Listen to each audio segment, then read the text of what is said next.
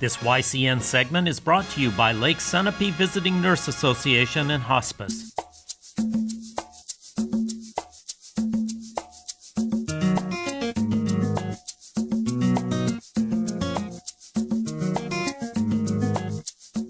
Hi, I'm Elizabeth Durazio, coming to you from the First Congregational Church of Webster. And as the new year rings in, we're talking about the unifying force and the programs offered by the New Hampshire Council of Churches. I'm joined by their Executive Director, Jason Wells, and he's going to tell us how people of many denominations are banding together to make New Hampshire a better place and to support each other in their ministry. Thank you for joining us. Thanks, Elizabeth. Yeah, I'm really excited to be here with you. Tell us a little bit about your role as director in the New Hampshire Council of Churches. Sure. The New Hampshire Council of Churches is not an organization that's really well known, though I hope that changes. We are made up voluntarily of 10 denominations in New Hampshire, including Catholics, Orthodox, several versions of Protestantism. I'm an Episcopalian and we're members. The Lutherans, Presbyterians, Congregationalists, Methodists, Unitarians, and Quakers. And between us, my organization, the Council, hopes to help denominations know about the kinds of work that other churches are doing. Even churches in one town may not know what's happening in the other congregations. And we also try to run events that and ministries that might not be appropriate just for one church to have, but are shared by everyone. A good example of that might be that we do a lot to support the chaplain to the women's prison in Goffstown, that it's a ministry that sort of belongs to all of the churches, not just to one group of Christians or another. Coming up in just a few days, we'll be having an event where we have two detectives training church leaders on responses to an active shooter, which has been in the news a lot with the events in First Baptist Church in Sutherland Springs. Again, that's not something that maybe one denomination or one congregation would take on, but it is something that's getting a lot of interest from people of all different denominations to come together on. And one thing is as programs are needed, maybe one congregation is too small and doesn't have the resources, or perhaps one has the expertise and the people involved that can actually provide the support they need. So actually banding together really promotes cohesion and unity, but at the same time really helps those resources get out to every denomination as needed.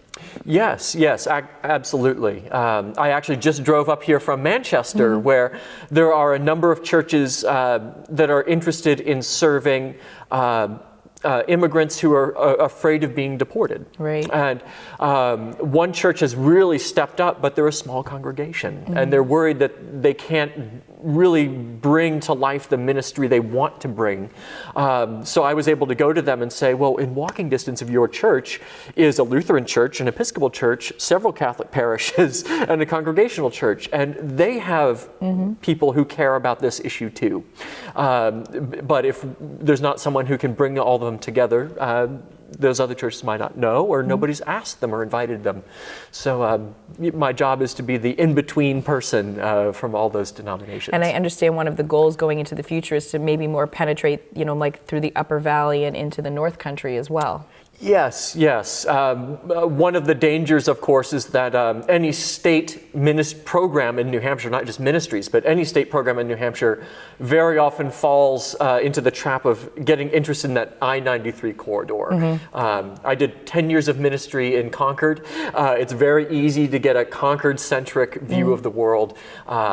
But we are, actually this Sunday, I'll be going up to the Episcopal Church in North Woodstock, and we've had a request with that active shooter training, the response training, to bring that to a church in Lancaster, wants to help host that. So we will be trying to break out of that mold of fitting into the southern tier of the state and serving churches, not just of all denominations, but in all of the counties of New Hampshire. So you need us to help spread awareness, perhaps let our pastors or our ministers know. Is there anything you need us to do in terms of support? Well, we do have a website. People can go there. I'm told that you all can put that down. Yep, right below here. It's right here for you to there in check front out. of us. And on that website, you can keep up with us and find out about our events through email, through Facebook and Twitter. But there is, of course, also a link for PayPal. We would love donations. We are putting together, sometimes we bring speakers. We just brought a Christian speaker, Shane Claiborne, here. This weekend, we're hosting the active shooter response. These are things that we provide free to churches, but it does take resources, financial resources, to organize them. So we would love donations if people like what they see on that website.